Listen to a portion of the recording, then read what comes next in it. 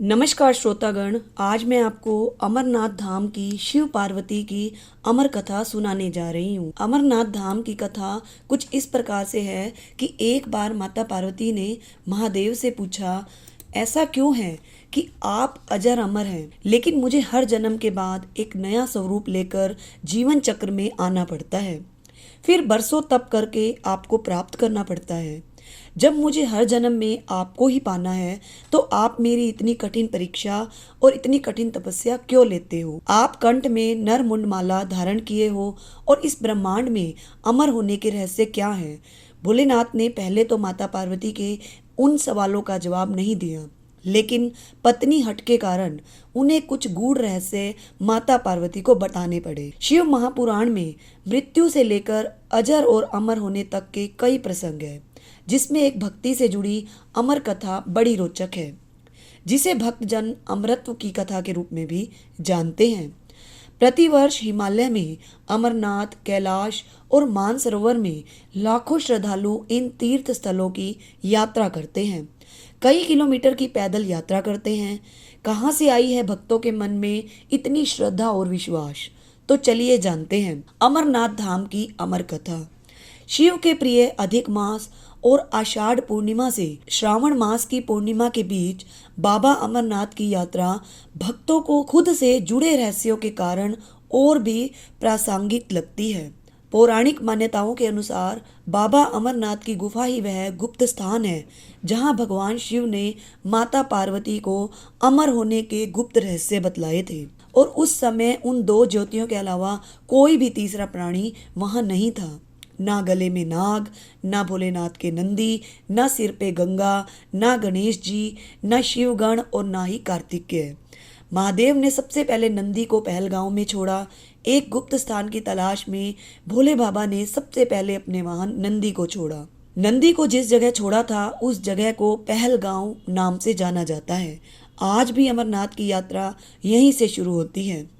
पहलगांव से थोड़ा आगे चलने पर भगवान शिव ने अपनी जटाओं से चंद्रमा को उतार दिया। जिस जगह चंद्रमा को छोड़ा वह जगह चंदनवाड़ी कहलाती है। इसके बाद गंगा जी को अपनी जटाओं से पंचतरणी में छोड़ा और कंठाभूषण सर्पों को शेष नाग पर छोड़ दिया। इस प्रकार अमरनाथ यात्रा में इस पड़ाव का नाम शेष नाग पड़ा।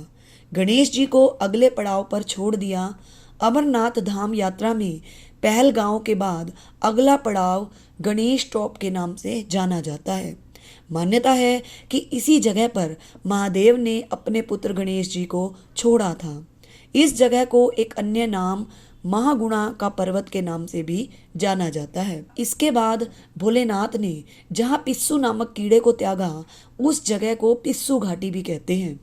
इस तरह से महादेव ने अपने जीवन दायिनी पांचों तत्वों को स्वयं से अलग किया था और माता पार्वती के संग एक गुप्त गुफा में प्रवेश किया। कोई भी प्राणी यानी कोई भी जीव, पशु या पक्षी गुफा के अंदर घुसकर कथा को ना सुन ले, इसलिए महादेव ने चारों ओर अग्नि प्रज्वलित कर दी थी और फिर महादेव ने जीवन के गूढ़ और गुप्त रहस्य की कथा माता पार्वती को सुनानी शुरू कर दी। ऐसा बताया जाता है कि कथा सुनते सुनते माता पार्वती को नींद आ गई और वह सो गई। भगवान शिव को यह पता नहीं चला, वह कथा सुनाते रहे। गुफा के अंदर पहले से बैठे दो कबूतर महादेव की कथा सुन रहे थे और बीच बीच में गूं गूं की आवाज कर रहे थे। भगवान शिव को लगा कि पार्वती जी इस कथा को सुन रही हैं और बीच बीच में हुंकार भर रही हैं। भगवान शिव कथा में मगन थे, तो कथा सुनाने के अलावा उनका ध्यान कबूतरों पर नहीं गया, क्योंकि वे निश्चिंत थे कि कोई भी जीव इस गुफा में प्रवेश नहीं कर सकता। दोनों कबूतर बड़े ध्यान से पूरी कथा सुनते रहे। जब कथा पूरी होने पर महादेव का ध्यान माता पार्वती पर गया, तो उन्हें पता चला कि जब से वे अमृतत्व की कथा सुना रहे थे तो उस वक्त पार्वती जी सो रही थी। महादेव के ध्यान में आया कि अगर पार्वती जी सो रही थी तो कथा कौन सुन रहा था और कौन हुंकार भर रहा था। तब उनकी दृष्टि वहां बैठे दो कबूतरों पर पड़ी, तो महादेव को क्रोध आ गया। कबूतर का जोड़ा उनके चरणों में आ गया और बोला, भगवान, हमने आपसे अमर कथा सुनी है और यदि आप हमें मार देंगे तो यह कथा झूठी हो जाएगी। इसमें अमरत्व का महत्व खत्म हो जाएगा।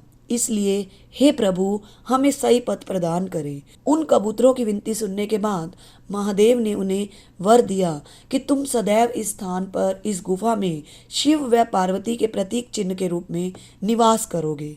अंततः कबूतर का यह जोड़ा सदा के लिए अमर हो गया और यह पवित्र गुफा अमरनाथ की साक्षी हो गई। इस तरह इस पवित्र स्थान का नाम अमरनाथ पड़ा था।